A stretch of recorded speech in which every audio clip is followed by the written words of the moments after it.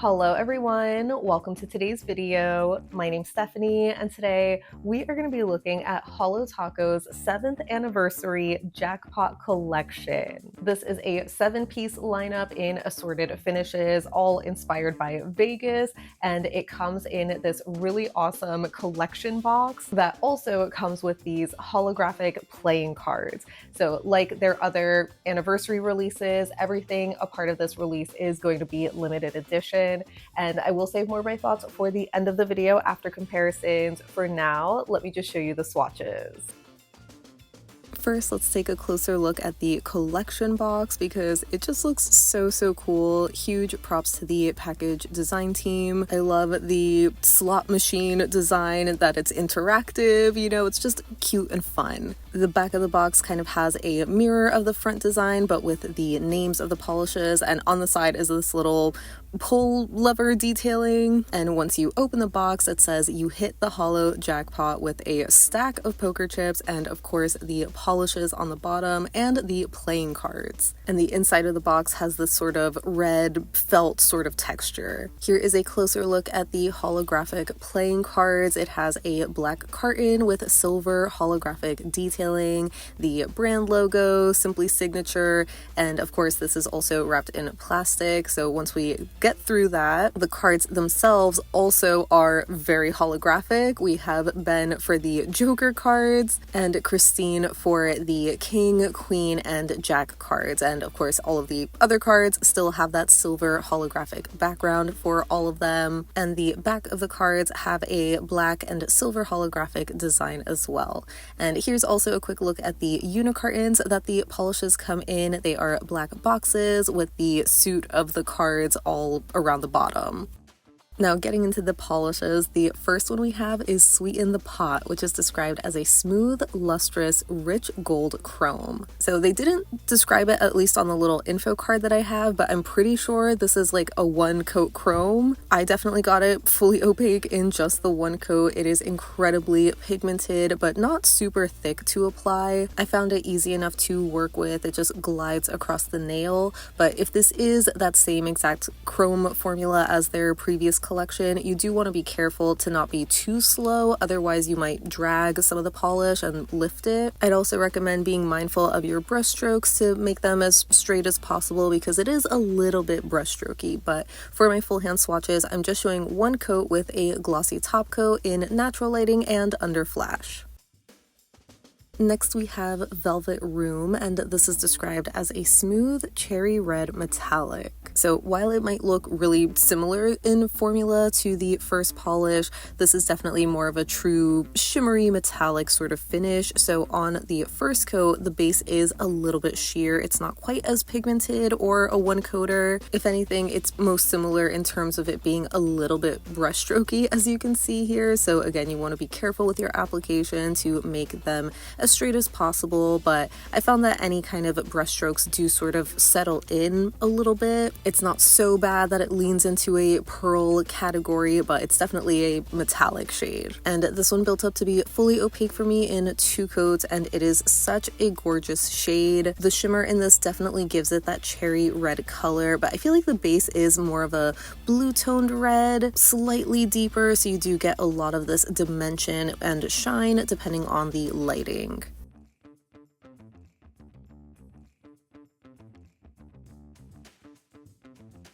The next shade we have is Hit the Lights, and this is described as a deep indigo blue jelly with gold reflective glitter and gold scattered hollow. I definitely think that's a fitting description for this one because it is a very blue leaning indigo. You can see on the first coat with how sheer it is. There is that drop of purple in there, but I feel like it is just more on the blue side of indigo. And while that first coat was looking a little rough with how patchy it was, I didn't find it to be super self-leveling.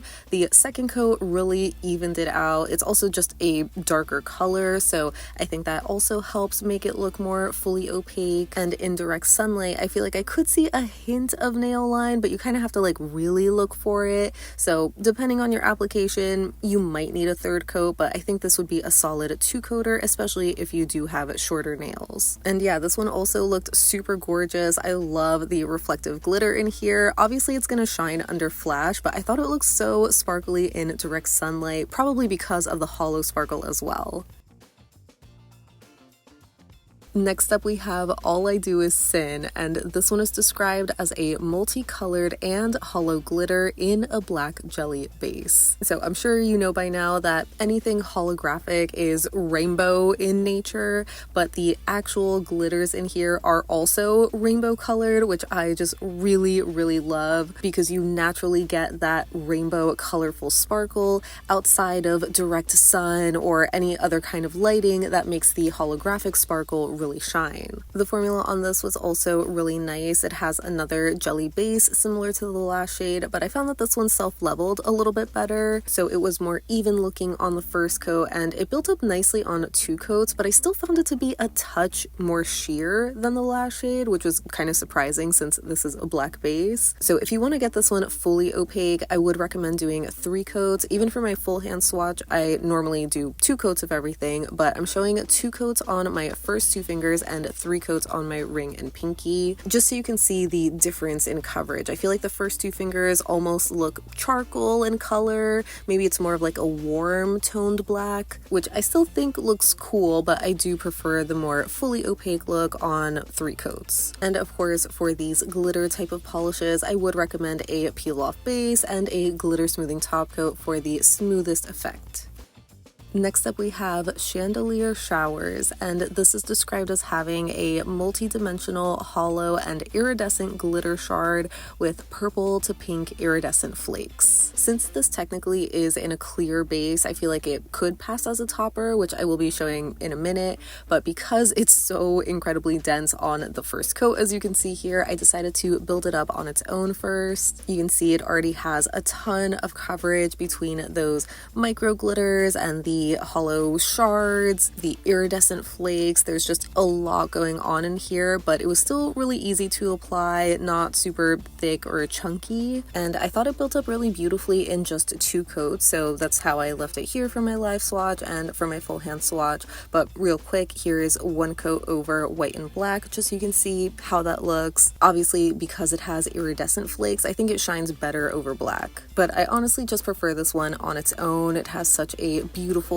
silvery, blingy, glitzy kind of vibe. I think my favorite element in this polish are those larger hollow shards. They just look so cool, just like broken glass, but in a beautiful way.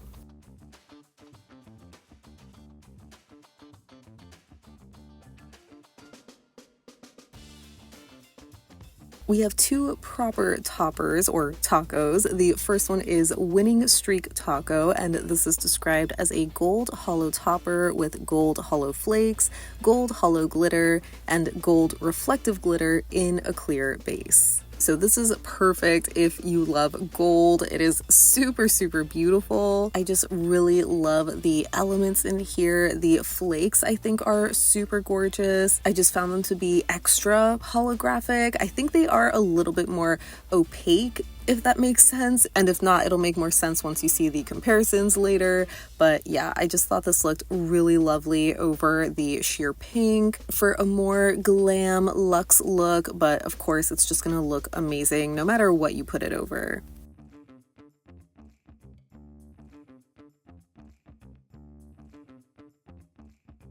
And rounding out the collection is Suit Yourself Taco, which has card suit shaped glitters, so spades, clubs, diamonds, and hearts in black and red in a clear base. For chunky glitters, you definitely want to keep them upside down for a minute or 2, or just do some aggressive fishing to get the most glitter payoff if you're doing 1 coat. That's what I did for my swatches here, because I personally find Holo Taco's glitter toppers to be very base heavy, so they just need to be upside down for a little bit, which as you can see resulted in a decent amount of glitter showing up on the 1 coat. I did have to dab back in a little bit just to fill in some empty spots that I had, but it's a lot better compared to the first coats that I did over the gold and gold flake topper, which were a lot more sparse, but I really loved the gold flake combo. And for my full hand swatch, I'm showing 1 coat over a sheer pink on my first 2 fingers and white and black. Unsurprisingly, you can't see the black glitter over black, but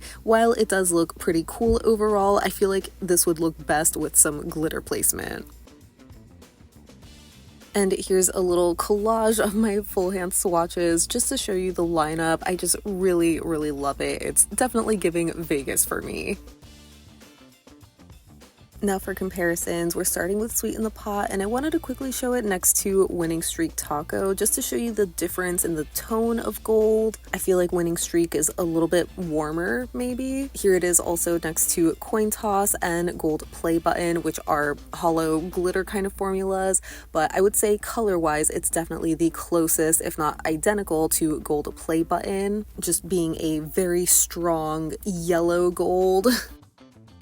When it comes to gold metallics, the closest that I had was Cirque's Cosplay Lamé from a previous holiday collection, I think. It's not exactly a chrome, but it's very similar looking with a metallic finish. I'm sure you can tell from the bottle shot alone, though, that the Cirque is a little bit lighter or more pale in color. In certain lighting, I think the shimmer makes them look similar, but there is a big difference in the base color, where Holo Taco is a little bit darker, almost more brassy. So I personally wouldn't call this a dupe. And here is a photo of Trophy Life, which was the one coat chrome gold that originally came out a few years ago, but that one's even more pale in color, just kind of having this cooler undertone. I definitely think Sweeten the Pot is a better gold. And lastly, for reference, here is ILNP's Golden Days, which is a linear hollow shimmer kind of formula, but this is more for color reference. Like the shade of gold is a little different. I'd say it's lighter and warmer in ILNP. Next for Velvet Room, here is my swatch stick of Sacrificial Lacquer, which is a magnetic. Maybe if it was unmagnetized, I could see it looking more similar, but the base of Sacrificial Lacquer is a little bit deeper and more brown toned. And for Thirst Trap, I would say that's a much brighter and more orangey leaning red. You can see that Velvet Room is more neutral, or maybe just more of that blue toned red like I mentioned before. For reference, I also have Holo Taco's Naughty List, which is a red micro glitter, and ILNP's Crush, which is their red linear hollow that just came out. At first glance, it might seem like they're all the same shade of red, but I think Naughty List is a little bit darker, while Crush is a little bit brighter. The closest Mooncat reds I have are the Arsonist and Your Heart's a Black Hole, or B-Hole for short. The Arsonist is closer in terms of being a red metallic because Your Heart's a Black Hole is a magnetic, but the Arsonist has a gold shimmer, so it just kind of has a warmer color overall. I think the color is actually a lot closer in B-Hole, but that one's a little bit darker and maybe more muted as well. It doesn't really have that bright red color. So for another bright shimmery red, I have the swatch stick of Mooncat Pandemonium, but that one's more similar to Thirst Trap, if anything, being a more red-orange leaning shade. For actual red metallics, I had to pull out Crack's 23 Flavors and Olive Ave's Garnet, which again, at first glance, might seem pretty similar, but on the nail, they're not exact dupes. The Cracked is a little bit lighter, maybe more neutral in color. Whenever I've worn it, I don't really see 23 Flavors as a red-orange leaning shade, but it kind of looks that way next to Velvet Room. And Garnet, on the other hand, is darker and a little bit more burgundy leaning. Next for Hit the Lights, I immediately thought of Midnight Owl, which is an indigo micro glitter and flaky kind of polish, and I figured I could also show Indigo Away, which is an indigo cream. If anything, I would say those two shades are closer to each other, where you can see that Hit the Lights is a lot more blue leaning in color, so I thought maybe it would be closer to shades like Holo Taco's Silent Night from the Advent box, or even Tyler's Trinkets Late Night Manny, which is a deep indigo with a gold magnetic shimmer. The base in that is a little bit more purple leaning and more muted as well, so I would say that Silent Night is closer, but it's also a more true blue kind of color. Again, Hit the Lights is a little bit more indigo leaning, but I figured I could still try to recreate it by doing a layer of Crack's Cafe Countertop, which is a gold reflective topper, and it pretty much recreates the vibe, but you know, without being an exact color dupe. And speaking of Cracked, I have a photo of A Quiet Corner, which is a deep sort of midnight or royal blue base with a gold reflective glitter, but this one is more noticeably blue because it also has a blue shimmer.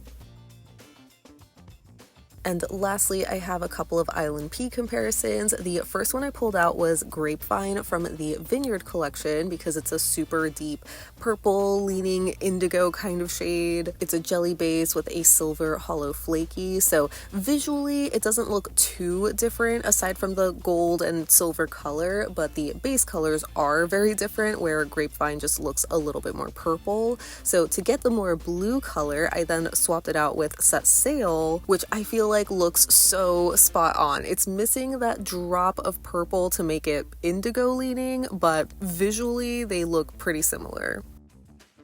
Moving on to All I Do Is Sin, this immediately reminded me of Black Hollow Wish, which is the black micro glitter formula, and Trick or Trash, which is the black jelly base with a rainbow iridescent flaky mix. So I would say All I Do Is Sin is a combination of these two, where it's a glitter formula like Black Hollow Wish, but color-wise it matches the rainbow kind of vibe of Trick or Trash. And hopefully you can see how warm-toned the base is in All I Do Is Sin. It almost looks brownish.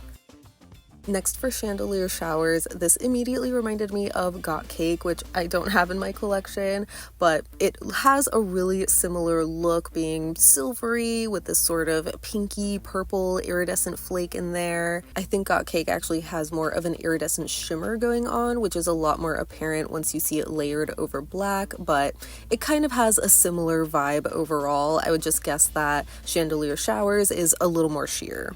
For shades I do have, I pulled out Rainbow Snow, which is the silver holographic glitter mix. That one doesn't have any iridescent kind of flakies or even large hollow shards in there. So I'm showing 2 coats of each, and I feel like it's pretty similar in terms of coverage and of course that silver color from the general silver holographic elements in there. So I figured I could try to recreate Chandelier Showers with some layering. I first pulled out Crack's Fairy Tinkle, but this has too much of this green and aqua color in the iridescent flakes, while it's just a purpley pink in Chandelier Showers. So instead I went with Prism Parade's Heart Like Marsha. It does have an added blue micro glitter in there, but I thought it was just really tiny, and I also added Diamond Dasher Taco for those larger silver hollow pieces, but it's more of the chunky glitter vibe, so it's not really a great recreation. I mean, the vibes are kind of there, but I actually think Prism does have a closer topper with that silver broken seedy piece look. And lastly, for Winning Streak Taco, I had to show this next to Cirque's Sunkissed, which is a gold metallic flake topper. I'm pretty sure that one's a dupe for ILNP's Karma or Holo Taco's Gold Flake Taco, but maybe they are actually different because I was surprised to see just how delicate the flakes are in Sunkissed, where aside from being smaller in size, they almost just look less opaque or metallic, if that makes sense. Either way, I still tried to recreate Winning Streak by doing a layer of gold scattered Holo Taco, which again kind of recreates the vibe. So that wraps up my swatches and comparisons of Holo Taco's Jackpot collection. As I mentioned, everything is going to be limited edition, so I will have their website linked below. I'm sure so many of you have already picked this up, so let me know if you did already or if you're planning on picking it up now that you've seen some comparisons. But yeah, I actually really enjoyed this lineup. I have never been to Vegas. I don't really feel interested in going at all. So for somebody who is like not really familiar with it at all, except for whatever you see like in the movies, I feel like this does a pretty nice job at capturing the glam, luxurious vibe. And I love that that's also reflected in the packaging. I feel like Holo Taco always does a great job with like their collection boxes. And this one feels just really special because obviously they've like dialed back on releasing the collection boxes for more special occasions. So I really like that they go more above and beyond for their anniversary releases. This one being slightly interactive and also having that red velvet interior just was so perfect for the theme. And speaking of the theme, I thought it was really cool that they actually included these like custom playing cards because it's just so different than what we normally see for, you know, collection releases or like anniversary releases, any kind of special release. I was half expecting some nail art stickers or, you know, something along those lines, which like are still cute, but I feel like the playing cards for their anniversary with like the Vegas theme was just so perfect. perfect. And as far as the actual collection, like the lineup of polishes, like I said, I really did enjoy them. Obviously fantastic quality, which is the norm with Holo Taco. The formulas were really pigmented. I guess maybe with the exception of All I Do Is Sin, that one could have used like a little bit more of that black pigment to make it more fully opaque in 2 coats, but it wasn't terribly sheer or anything like that. And yeah, I would say my least favorite, if anything, is Sweeten The Pot, just because I'm not a big fan of like the chrome finish, especially when it comes to like a full hand manicure. But I feel like this one is really beautiful in comparison to Trophy Life. I just did not like that shade of gold. I thought it was so unflattering. So I did like this one a lot more than that. And I think there is some great nail art potential there. And it's hard to pick top favorites. I feel like maybe All I Do Is Sin is one because I just loved those colorful rainbow micro glitters in there.